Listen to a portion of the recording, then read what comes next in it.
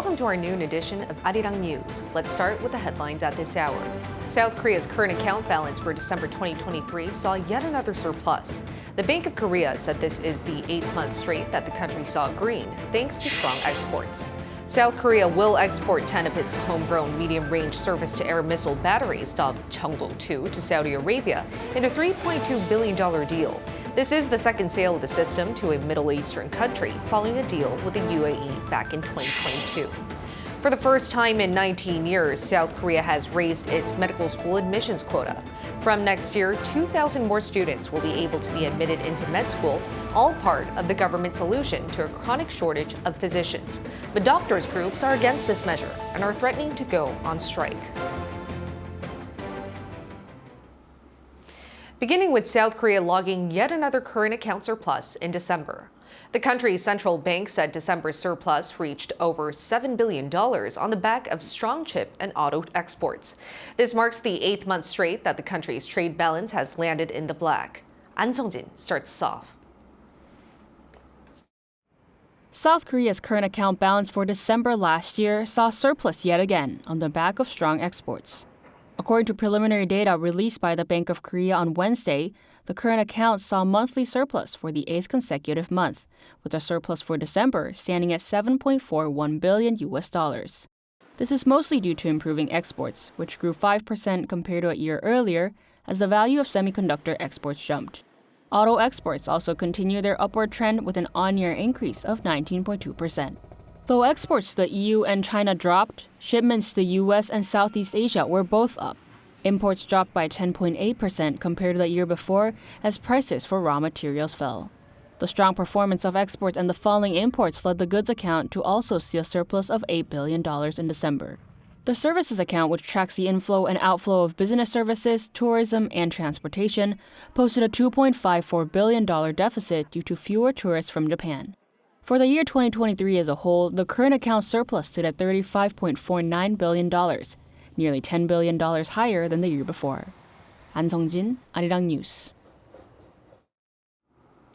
Contributing to the country's current account surplus was none other than improving chip exports in recent months. The Korea Development Institute on Wednesday released a report pointing to how a rise in semiconductor exports, jumping 56.2% on year in January, helped mitigate poor economic performance in other areas. The country has been grappling with high interest rates, which turned back customers from buying goods and using services. The think tank also warned that the conflict in the Middle East was an economic risk factor that could contribute to oil price hikes going forward. The U.S. International Trade Commission has voted to end an anti-dumping duty probe into imports of tin mill products from South Korea. Announcing the decision on Tuesday, the Commission said the imports seen as being sold at less than fair value in the U.S. market are negligible and do not injure the U.S. industry. Tin mill products are steel products widely used for food packaging or to store other items. Last month, the Department of Commerce said that imports of tin mill products from South Korea, China, Canada, and Germany were found to have been dumped in the U.S. market and were unfairly priced. In the Commerce Department's list of companies subject to duties was one South Korean firm, TCC Steel Corp., on which the department set a duty rate of 2.69%. South Korea will ship 10 of its domestically developed Cheongdong-2 missile batteries to Saudi Arabia. Cheongdong-2 is a type of MSAM, short for medium-range surface-to-air missiles. It is the second such sale to a Middle Eastern country. Iuni with more. South Korea has announced a deal to export to Saudi Arabia 10 MSAM-2 mid-range surface-to-air missile batteries. According to Seoul's Defense Ministry on Tuesday, the deal, worth some 4.2 trillion Korean won, or $3.2 billion was sealed last November between South Korean defense firm LIG X1 and the Saudi Arabian Defense Ministry. The MSAM-2, known locally as Cheongdong-2 missiles, are a core weapon system of Korea air and missile defense. The so-called Korean Patriot uses hit-to-kill missiles capable of intercepting incoming missiles at an altitude of 30 to 40 kilometers. The advanced technology system includes simultaneous engagement of multiple targets, high mobility with canard and side jet thrusters, and direct targeting with a power-enhancing warhead. This is LIG Next One's second export deal, as it previously signed the deal with the United Arab Emirates in 2022. Tuesday's announcement comes as South Korea and Saudi Arabia have agreed to further strengthen their defense cooperation. As part of this week's visit to the Middle East, South Korea's Defense Minister Shin Won-sik met with Saudi Arabia's Defense Minister on Sunday in Riyadh. The two sides signed a memorandum of understanding to establish a joint committee to cooperate in research and weapons development in the mid to long term. On Tuesday, Shin visited Qatar and signed an MOU on furthering the two countries' defense and arms cooperation in light of the 50th anniversary of their diplomatic relations this year. Lee Eun-hee, Arirang News. South Korea has raised its medical school enrollment quota for the first time in nearly 2 decades. Starting next year, a total of 5,058 students will be entering med schools, which is up by 2,000 from the current quota. Lee Siu reports. Beginning next year, the South Korean government is increasing the total enrollment quota for the country's medical schools by 2,000 per year. This means a total of 5,058 students will be entering med schools every year, a drastic hike from the quota of 3,058 that's been frozen since 2006. All this comes as South Korea aims to provide quality healthcare for all, especially for those in rural areas and those in need of essential care. 급속한 고령화와 보건산업 수요에 대응할 의료 인력까지 포함하면 2035년까지 약 1만 5천 명의 의사가 더 필요한 것으로 추산되고 있습니다. 국민의 건강과 생명을 지키기 위해 의사 인력 확대는 더 이상 늦출 수 없는 시대적 과제입니다. Following President Yoon's comments on Tuesday, Health Minister Jo Kyu-hong, speaking at a ministry briefing, reiterated the reason for the hike. 2,000 more medical students a year would mean as many as 10,000 doctors entering the workforce after training between 2031 and 2035. Cho said that while this does not exactly meet the estimated demand, the government will continue to periodically evaluate and manage supply and demand. In the process, the government will take into consideration relevant factors such as the advancement of healthcare technology, the aging population, and any future pandemic situations.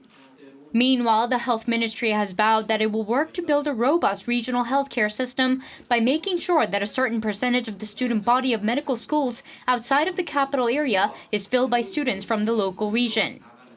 The specific size of the enrollment by school will be announced later after a review and discussion with the Education Ministry.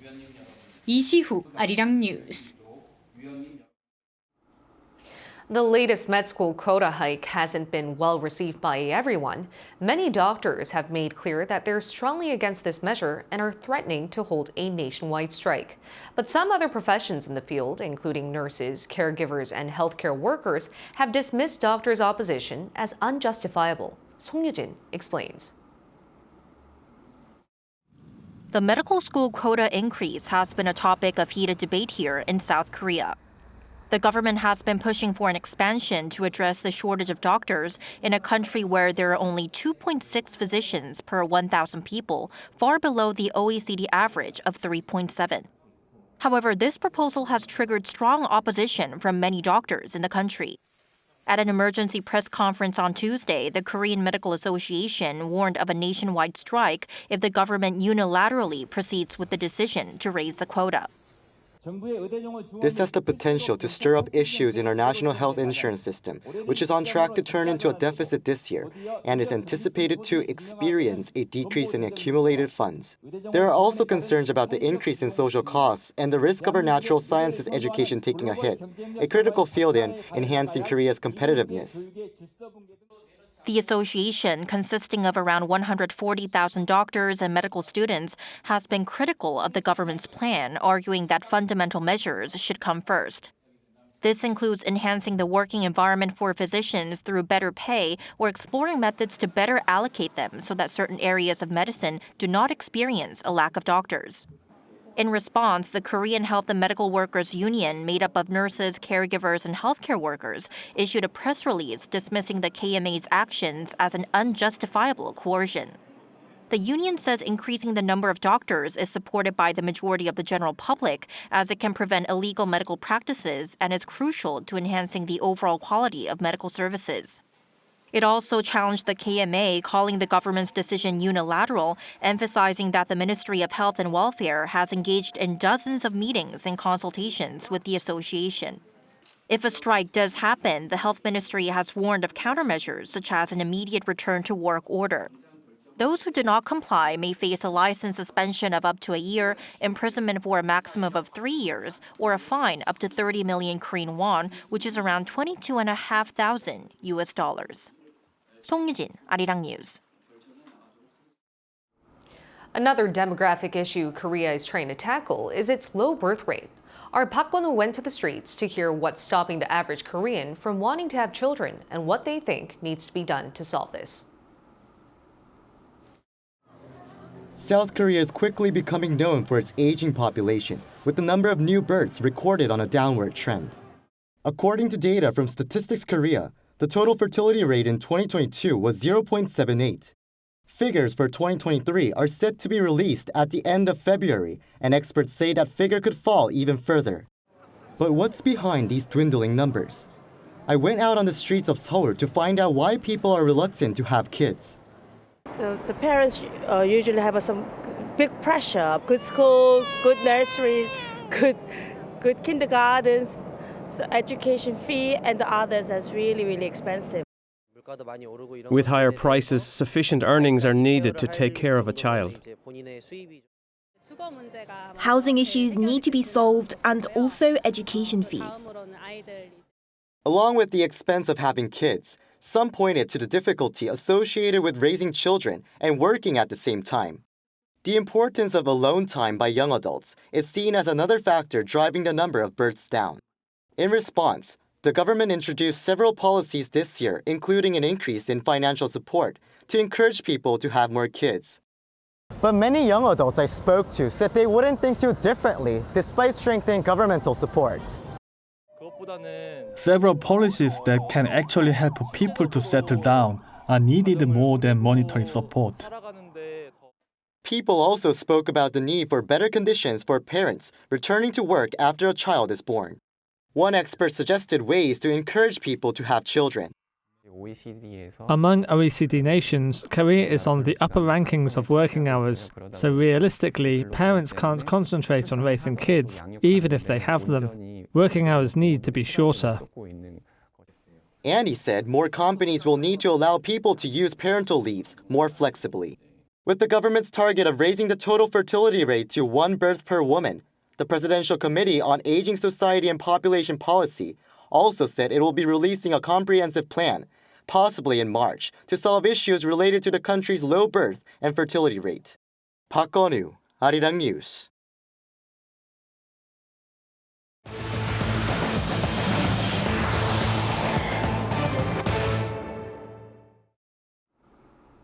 A recent report by the Unification Ministry shows that an increasing number of North Koreans are not as patriotic or supportive towards their leader, Kim Jong-un. The report compiles in-depth interviews with thousands of North Korean defectors. It also found the regime's food rationing isn't working, causing a chronic food shortage. Our North Korean affairs correspondent Kim Jung-shir takes a closer look. An extensive record of the voices of people who have left North Korea creates a stark image. Unlike what people have been led to believe, the reality of the lives of North Koreans under the regime may have been much harsher than imagined.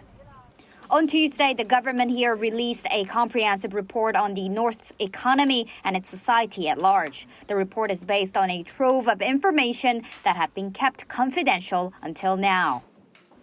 This is a report that holds the voices of 6,351 North Korean defectors. The Ministry of Unification says this will give valuable insight into understanding the reality of the regime that's closed and isolated from the world. Research experts asked each defector more than 1,100 questions on a one-on-one basis. According to the report, 72.2% said they had not received any food rations from the state once Kim Jong-un became the leader of the North. More than 50% said they received neither food rations nor wages in exchange for work. The ministry said this indicates the regime has been exploiting people by stressing passion and loyalty without paying wages. However, the defectors said most North Korean residents were now having 3 meals a day instead of 2. Some assessed that the lives of North Koreans had improved, with many buildings being built in Pyongyang ever since Kim Jong-un came to power. But based on our research, this is a mere optical illusion, and the lives of the residents have actually become harsher. The report said that bribery has doubled since Kim took power, with most residents believing that the gap between the rich and poor in the north has widened. 56.3% of those questioned said they felt negatively about the change of leadership in the north. The ministry gave extensive data in the form of numbers, which it hopes will allow the public and the international community to get a better understanding of the regime's reality. Kim Jong-sil, Arirang News.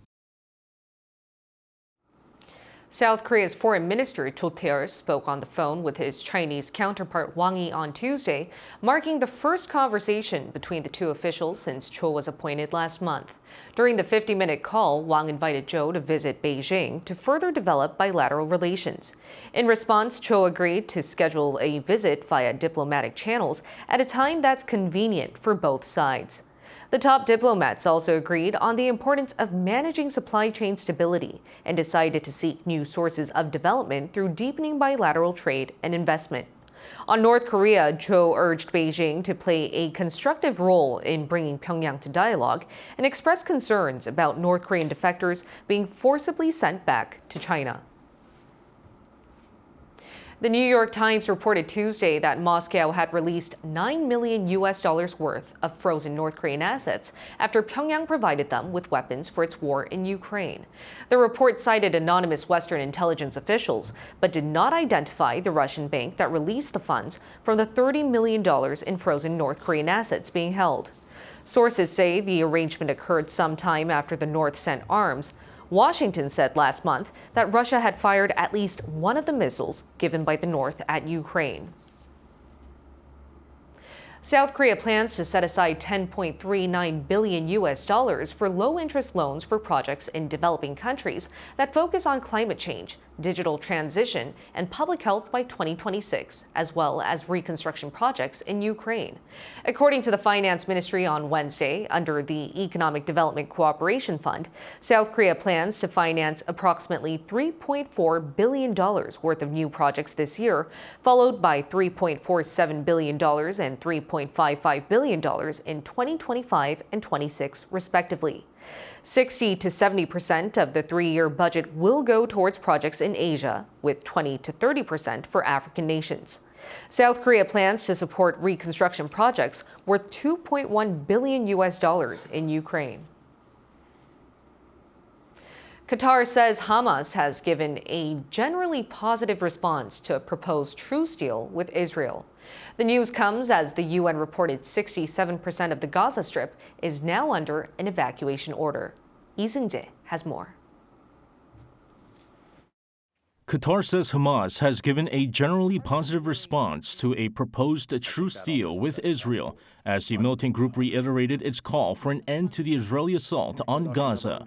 According to Qatari Prime Minister Sheikh Mohammed Al Thani, Hamas had a positive response to the proposed deal being brokered by the U.S., Qatar, and Egypt, but did not provide further details. Hamas said in a statement that its leadership had reviewed the ceasefire deal with a positive spirit, including details of securing relief and shelter, reconstruction, the lifting of a 17-year-old crippling siege, and the completion of the prisoner exchange process. U.S. Secretary of State Antony Blinken, who is once again in the Middle East, will meet with Israeli officials and discuss the proposed truce deal. Meanwhile, Israel Defense Forces spokesman Daniel Hagari said Tuesday that more than $150 million were transferred from Iran to the militant group, adding the funds were utilized by Hamas to sustain its operations underground. Hagari also underscored the implications of Iran's support for terrorism, adding it may extend beyond the Middle East region. Updating on the Israeli hostages held by Hamas, the spokesman said that 31 of the hostages held in Gaza are confirmed to have died.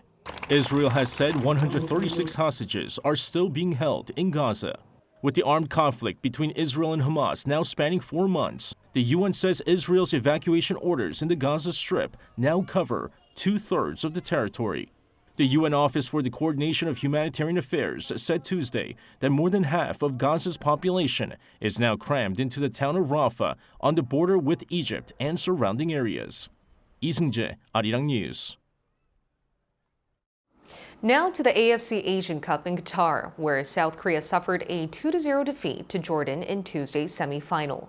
Jordan's Yazan Al-Naimad and Musa Al-Tamari scored a goal each in the second half at the Ahmad bin Alman Stadium, leading their country to its first ever Asian Cup final. Korea was hoping to win its first Asian Cup title in 64 years, and Jordan will face either Iran or defending champions Qatar in the final this weekend.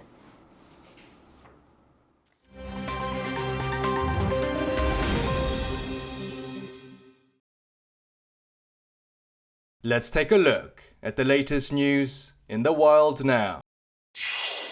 In the US, a federal appeals panel unanimously ruled that former President Donald Trump does not have presidential immunity in his 2020 election interference case.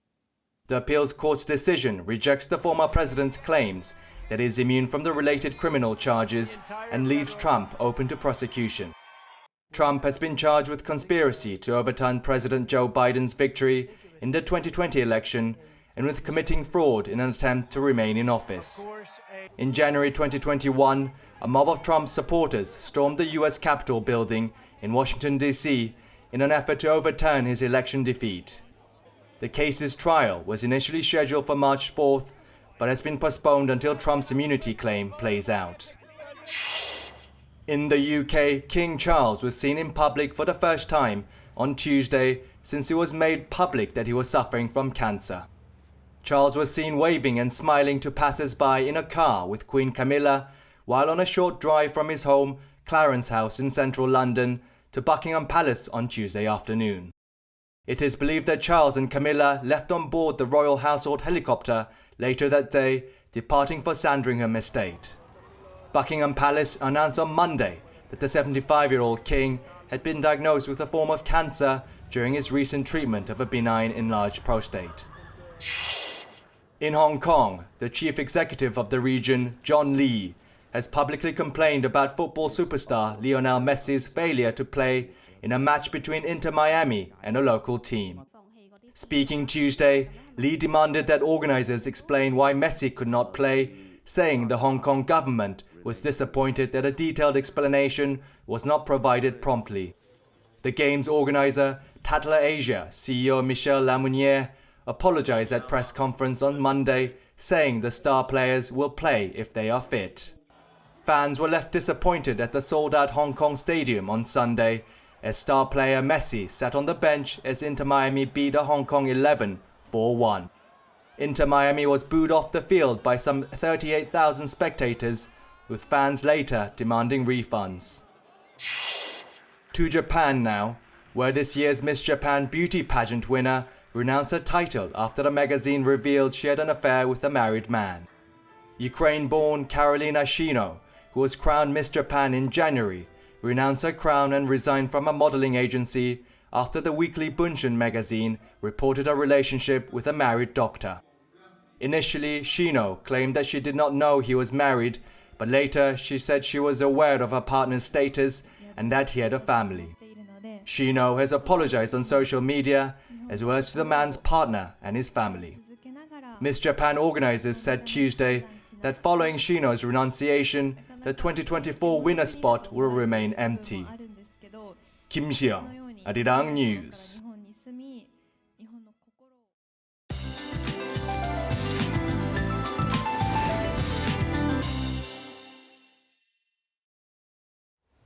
Good afternoon. Late winter weather continues today with afternoon temperatures forecast to go up similar to yesterday. Then we'll end this week's work week tomorrow with warmer than average temperatures in most places. Some inland regions will have high levels of ultrafine dust and more dust will blow in overnight, boosting dust levels to bad levels. Meanwhile, Gangwon-do province will see less than 1 centimeter of snowfall. Central regions in Gyeongsang-pukdo could see snow flurries passing by today. Afternoon highs are going up near seasonal norms, Seoul topping out at 4 degrees, Busan at 9 degrees Celsius this afternoon with a glimpse of sunshine. But Jeollado and nearby areas including Gwangju will be under much brighter skies all day today. The weather should be generous for this Seollal holiday weekend under fairly sunny skies, but with freezing morning temperatures. Then we'll get one step closer to spring after the Lunar New Year holiday. That's Korea for you, and here's a look at the international weather conditions.